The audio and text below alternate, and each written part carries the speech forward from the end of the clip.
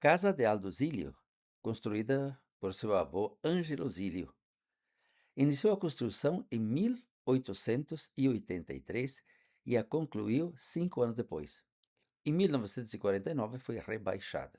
Retiraram a parte de cima, de madeira, que eram os quartos, e a parte de baixo foi transformada em cantina com pipas para guardar vinho. Janela do porão.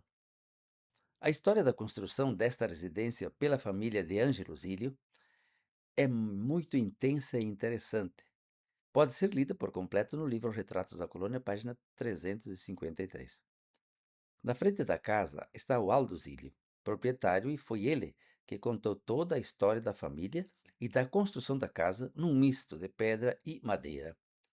Foto de 2009. Casa de pedra e madeira construída por Sérgio Franciosi em 1890, perto do rio Marrecão, linha Alencar-Araripe, Garibaldi. Foto de 2009. Franciosi tinha um armazém chamado Vendita Sério. A família morava no primeiro piso da casa e no porão havia uma bodega e uma cantina. Sério tinha um pareiral e também comprava uva dos colonos e produzia vinho para vender. Negociava com os colonos, comprava seus produtos e vendia para eles o que eles precisassem. Comprava e abatia porcos, depois comercializava banha, salame e toucinho em Porto Alegre. Mandava os produtos de carroça até São Sebastião do Caí ou Montenegro e de lá seguiam de barco até a capital. A história é longa e muito bonita. Maiores detalhes, ver no livro Retratos da Colônia, página 348. É importante salientar aqui que o Frei Eugênio Brugali nasceu e, passando por aqui sua primeira infância, entre casas construídas de pedra, talvez tenha sido o mote de inspiração para construir a magnífica torre de pedra da paróquia Nossa Senhora de Lourdes de Flores da Cunha. Na foto, vemos a porta de entrada da casa. Foto de 2009. Detalhe da porta. Vejam como a madeira foi entalhada com arte. Visão geral da casa pelo lado de trás. Garibaldi, 2009. Já que estamos à beira do Rio Marecão, em Garibaldi, vamos mostrar uma casa mista muito interessante. Usou tijolos, madeira e zinco. Casa construída por Giacomo Fabris por volta de 1900. Ela foi construída em 2 vezes, a primeira metade de madeira e a outra de alvenaria e pedras, ambas de porão feito com muro de pedras. Foto de 2009. A parte mais antiga foi construída com muro de pedra embaixo e madeira em cima. A parte mais interessante foi construída depois um misto de muro de pedras, de tijolos artesanais e madeira. A chaminé é posterior e construída com tijolos modernos vazados. Vejam como ficou a enjambragem de muro de pedra com tijolos. Detalhe do muro misto. Construção vista por trás. Nota-se perfeitamente que a casa foi construída em 2 etapas. Porta do porão, onde aparece a viga de sustentação, feita com pedras retangulares bem delineadas. Detalhe onde se percebe nitidamente a divisão das 2 etapas de construção. Esse trabalho todo foi feito com ferramentas rudimentares de trabalho braçal. Por isso, colocaram embaixo pedras grandes e pesadas. Na medida que o muro ia subindo, assentavam pedras menores. Construiu como podiam. Fotos de 2009. Como vocês percebem, eu mostro construções de casas aleatoriamente. Vamos agora para o interior do município de Antônio Prado. Ruínas da Casa Zanotto, construída em 1901. Tem o porão com muro de pedra, a parede superior com tijolos manuais rebocados com areia transportada do Rio das Antas, com bruacas em lombo de mulas. O telhado de zinco substituiu o telhado feito de tabuinhas. Mas o que chama a atenção é o óculo aberto no porão para ventilar a cantina. Vejam a grade de ferro forjada manualmente. Ela é bonita e muito bem feita. A mesma cozinha vista por trás, onde aparecem as ruínas da casa de dormir. Visão geral das ruínas da casa de dormir e a cozinha da casa da família Zanotto. Chaminé da cozinha. Vejam os detalhes do acabamento da chaminé. Proprietário, Laurindo Contim. Linha 10 de julho, Antônio Prado. Foto de 2009. Casinha, construída no conjunto residencial anterior, construída em 1909, para abrigar o tear de linho e seus acessórios. Fazer tecido de linho na época era um trabalho lento, mas importante e rendia algum dinheiro. O linho teve um bom preço, enquanto a roupa feita de algodão, principalmente a bombazina, vinda de São Paulo, não substituísse gradualmente a roupa feita manualmente com fios de linho. Foto de 1979. O tecido feito com linho era forte e mais duradouro do que o tecido de algodão. Porém, este último era muito mais barato e muito mais fácil de adquirir. A construção foi feita com pedras, tijolos e madeira. O muro é muito bem feito, usando pedras multicoloridas e bem assentadas. Detalhe do muro: essas pedras foram encontradas soltas no terreno, recolhidas, talhadas e assentadas manualmente. Fotos de 1979. Vejam como as pedras são bem diferentes umas das outras. A casinha estava em mau estado.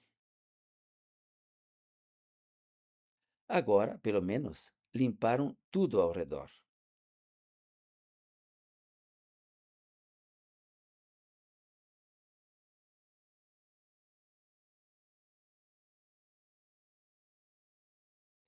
Veja como foi construída a porta. Detalhe da porta. Observem a mistura de materiais utilizados, mas funciona.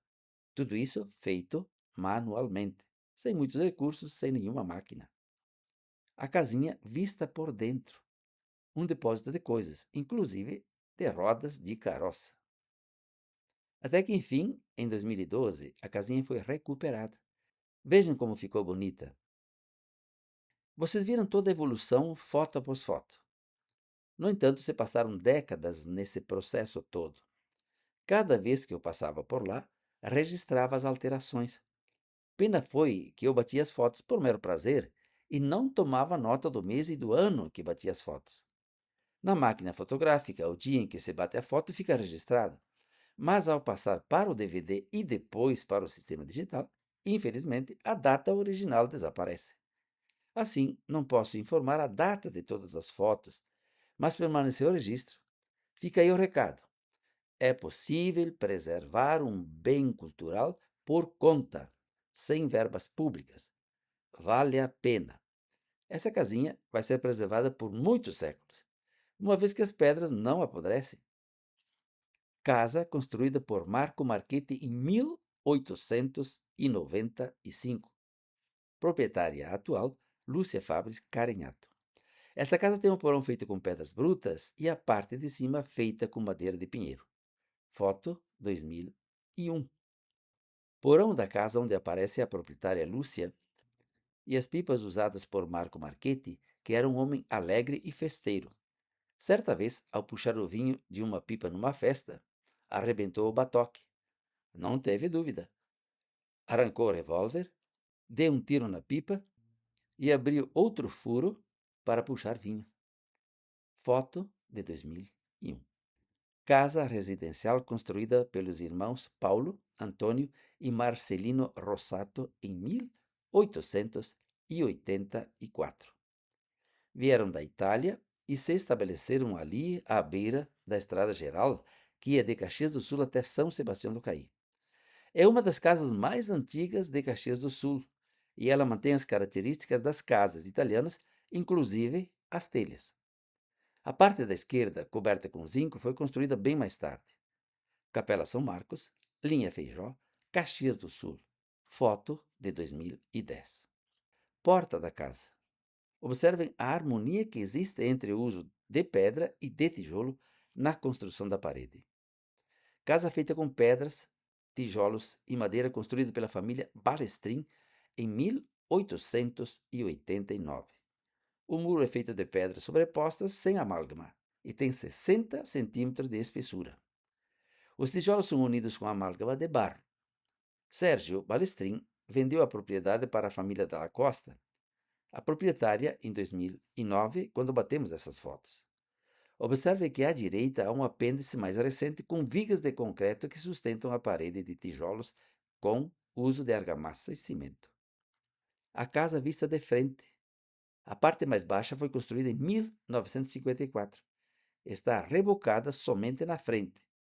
Foto de 2009. Veja o tamanho dos tijolos que foram feitos manualmente.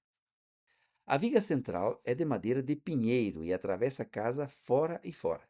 Foi falquejada à mão. Pela porta do vão é possível ver a nova residência dos proprietários da Costa.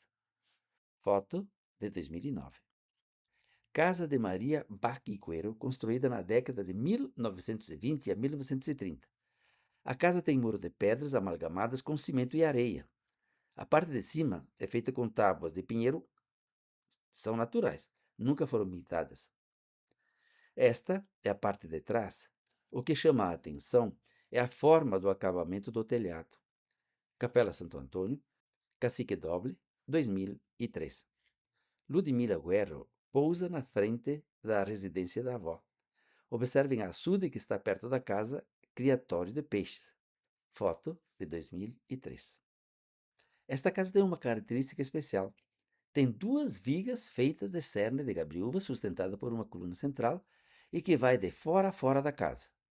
Foto de 2003. Casa colonial construída com pedras e tijolos pela família Colau Merlo. Lajeadinho, Veranópolis. Foto de 1980. A mesma casa vista em 2025. A atual proprietária é a família Bavaresco.